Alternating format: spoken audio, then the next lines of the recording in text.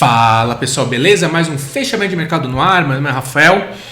Bom, Ibovespa fechou com uma queda aí de praticamente 0,5%, bem diferente do mercado norte-americano que fechou aí uma ligeira queda de 0,10%, mas por aqui 3 fatores pesaram no Ibovespa que respeitou a média móvel de 21 descendente, que era um ponto de resistência bem importante que a gente falou ontem, porque o mercado está em tendência de baixa no curtíssimo prazo. Então, natural encontrar uma força vendedora por ali.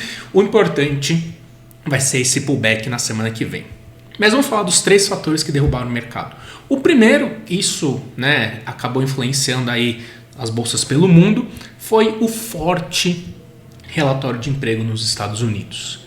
Se você não acompanhou, vai lá no meu Instagram, no Rafa Investir. Eu fiz um vídeo logo pela manhã explicando por que o mercado reagiu mal ao relatório de emprego.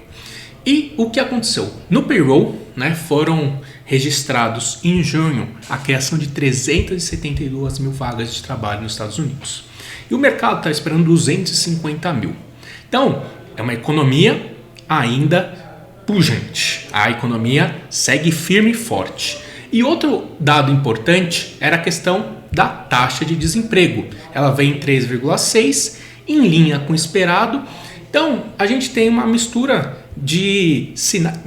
que revela o quê? Economia norte-americana ainda segue forte e a questão inflacionária é um problema, porque as pessoas seguem aumentando a parte de emprego, segue renda, tendo renda, consome mais, e aí cria escassez, e aí aumenta o preço por causa da inflação, e tem a questão da alta do próprio custo da produção das coisas. Você tem tanto do lado da demanda quanto do lado da oferta, pontos que dizem o quê? Inflação ainda é para cima. Isso acabou elevando a expectativa que o Fed seguirá subindo pisando no acelerador com relação ao aumento de juros. Isso acaba afetando, querendo ou não, o humor dos investidores. E a gente teve um fator importante também, que foi o IPCA. O IPCA de junho, de maio para junho, ele subiu 0,67. Ficou ligeiramente abaixo do esperado, que foi 0,70. E aí teve umas coisas importantes, como por exemplo o lado do transportes, que teve uma redução do lado dos combustíveis, porque o petróleo caiu até que bem. Mas se você pegar o núcleo do IPCA, que tira esses itens voláteis, por exemplo combustíveis, lado de energia, cara, veio forte. E aí você vê uma economia, uma inflação bem disseminada na economia, em especial do lado de serviços, que afeta diretamente nosso bolso, vestuário, alimentação veio bem forte. Então veio ligeiramente abaixo do esperado, mas se você olhar a fundo os dados, não foi um resultado bom.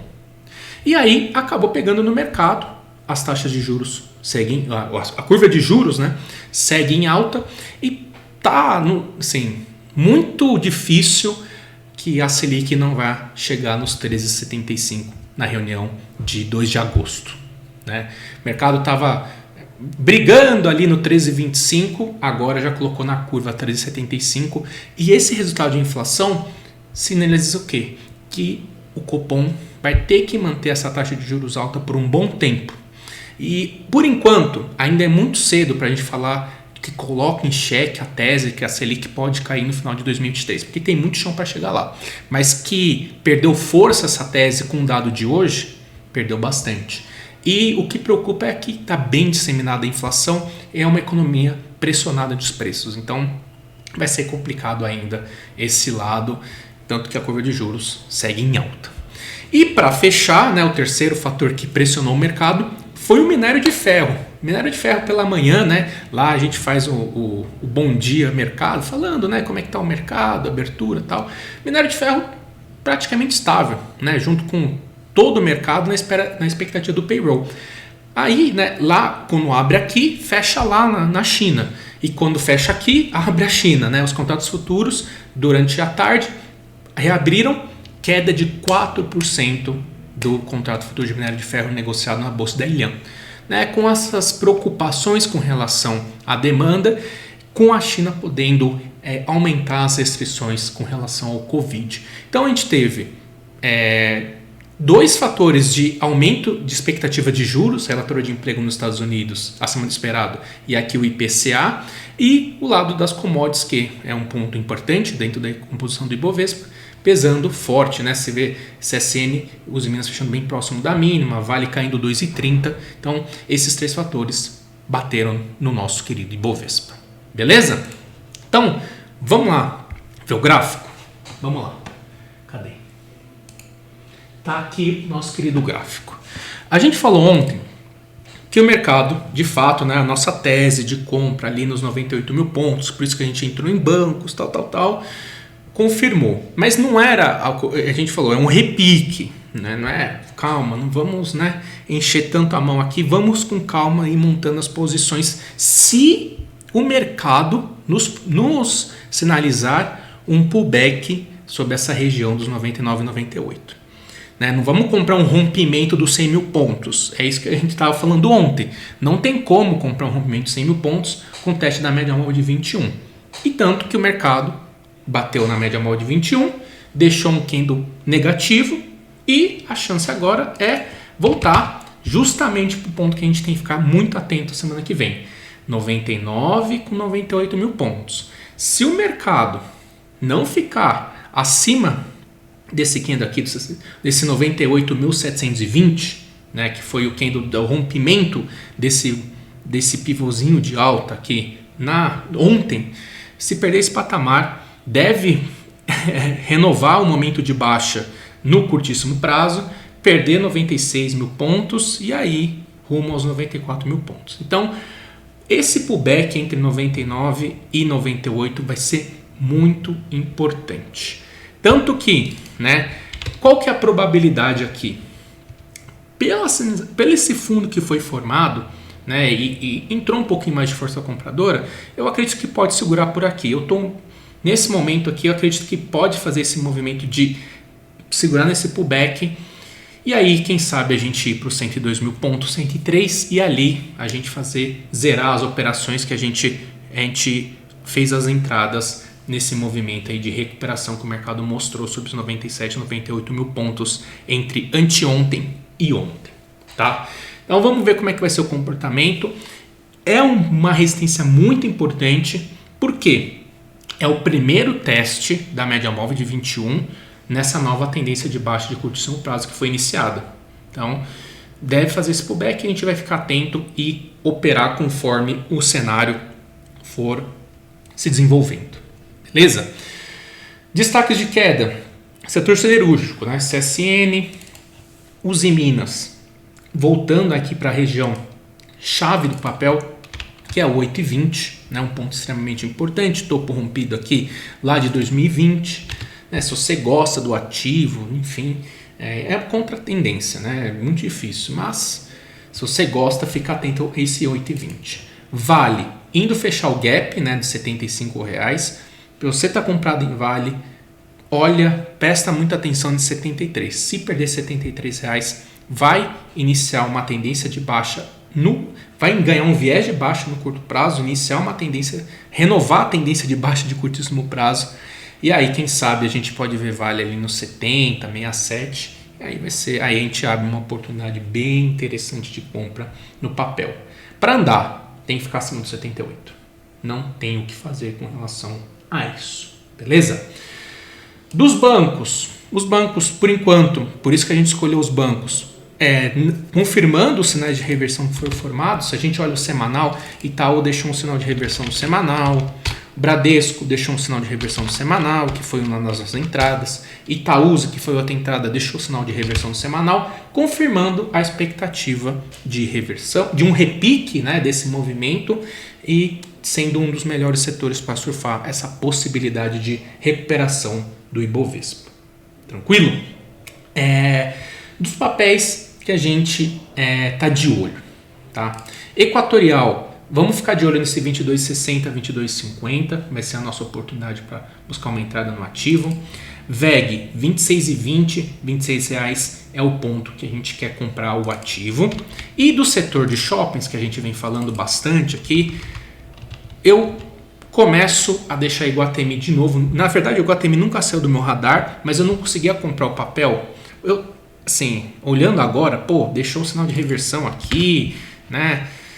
Sob um fundo importante. Cara, eu de verdade não conseguia comprar o papel abaixo dos R$19, abaixo desse último fundo perdido. O que o papel fez? Fechou a semana acima desse 18,70, com volume na compra absurdo, anulou essa tendência de baixa de curtíssimo prazo e, como a gente pode ver ali, viu no gráfico semanal, está em tendência, está com viés de alta no curto prazo.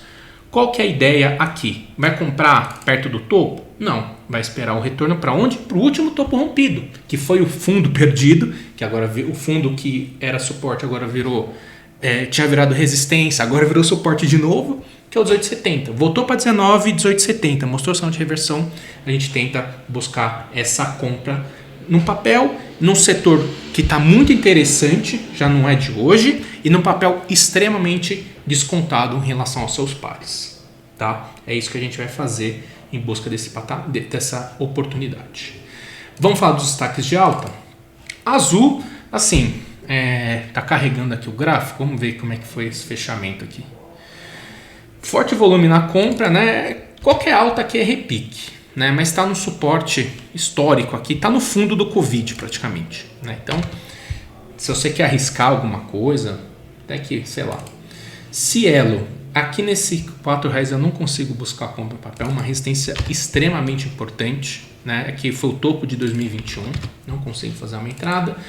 Mills é a mesma história de Iguatemi, tinha perdido o fundo, ficou acima dele, fez pullback sobre 6,40, tem uma oportunidade de compra no papel que também está lateral no curto prazo, mas a gente tem um viés de alta porque tem fundos ascendentes, né? Fundos ascendentes, beleza? Do lado negativo, Trisul devolvendo a alta, por isso que não tem como comprar rompimento em mercado de tendência de baixo e curtíssimo prazo, falhou em romper, né? Então, nada a ser feito. Rapvida, depois do movimento de alta, se você quer buscar uma compra no ativo, fica de olho nesses R$6, R$5, né? E TOTUS, é um papel que a gente sempre está de olho. Não, sim, né? Tá, sim, respeitou os R$24, respeitou sim, respeitou os R$24. Não confirmou esse pivô de baixo que é feio, que jogava o papel lá para os R$20. Eu sei lá, ainda é um gráfico muito complicado, mas eu gosto do papel nesse preço, né? A gente fez algumas entradas nesse preço aqui, lá em 2020, 2021. A gente fez algumas entradas nessa região. Eu gosto, particularmente gosto bastante desse ativo nesses níveis. Vamos ver como é que vai ser, tá bom? E a doleta? Hoje foi bonita, hein? Hoje foi bonito a doleta, né? Se você não viu ainda, vai lá no Instagram do Põe no Bolso, os stories que a gente colocou das operações que foram feitas na hora do payroll. 10 minutos antes a gente saiu vendido abaixo do ajuste, conseguiu pegar aí 10, 15 pontos. Depois veio o payroll, ficamos comprados acima do ajuste, acima da abertura, conseguimos levar 10, 15 pontos. Foi um dia maravilhoso. Confira todas as operações lá no link. Tranquilo? Qual foi o ajuste de hoje? Vamos ver. Vamos relembrar que o Ibovespa, né? O dólar, estava numa região de resistência importante, a gente falou, né? Aqui está fazendo um pullback. E não podemos esquecer o seguinte, o dólar está em tendência de alta no curto prazo. Então, agora, nesses níveis, eu de fato fico um pouco mais tranquilo de pensar, mais confortável de pensar em compra no intraday, né? Porque são 2 dias de queda contra a tendência de alta de curto prazo e foi fechar o gap, né? Tinha esse gap aqui para fechar no 296. A mínima de hoje foi 294. Então, foi fechar um gap importante que foi, né, esse ponto aqui. Estamos numa região de suporte. Beleza. Ajuste 308. Vamos lá. Ajuste 308. estamos fechando muito próximos do ajuste, né? Estamos aí no 300. Se esse dólar, então a gente tem um dólar no suporte importante que fez um pullback importante, um pullback dentro da tendência de alta principal de curto prazo. O que a gente faz? Ficou acima desse 308, 306, a gente volta a buscar uma compra no dólar. Beleza? É isso que a gente vai fazer. Se seguir a tendência de baixa, abriu abaixo aí, seguiu o movimento perdendo os 96. Não tem compra, porque a tendência de baixa ainda é no curtíssimo prazo, está no movimento de baixa. Tem como alvo o 74,5. Se abrir, né, abrir abaixo do 96, abrir no 80 aqui, voltou para perto da abertura, buscar uma venda, né? Aí você vende no repique, né? No famoso levantou, cortou, né?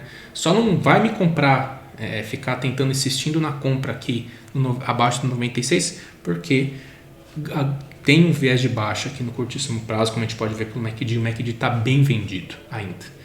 Só acima desse ajuste, acima desse 0,6, acima do 306, acima do 0,6, acima do 10, fica interessante de fazer essa entrada, e aí justifica o suporte que a gente tem aí exatamente em 296. Tranquilo? Beleza? Então é isso, pessoal. Grande abraço, uma ótima noite, um ótimo final de semana. Não se esqueça de aqui na descrição do vídeo aproveitar a oportunidade de entrar no nosso suporte por um preço só a metade do preço. Então vai lá, não perca essa oportunidade. Você tem em tempo limitado, poucas vagas. Não esqueça de ir aqui na descrição, fazer a sua assinatura e aproveitar essas operações como a gente fez hoje do payroll. E mais do que isso também, entender todo esse racional, que isso é muito importante. Entender o todo racional para você cada vez mais ir operando com tranquilidade, sabendo racionalmente o que fazer sem agir em emoção, com racionalidade e método. Isso você vai ter no nosso suporte. Então, não perca a oportunidade de aderir ao nosso suporte na metade do preço, com diversas vantagens aqui na descrição do nosso vídeo. Beleza? Tamo junto e até segunda-feira.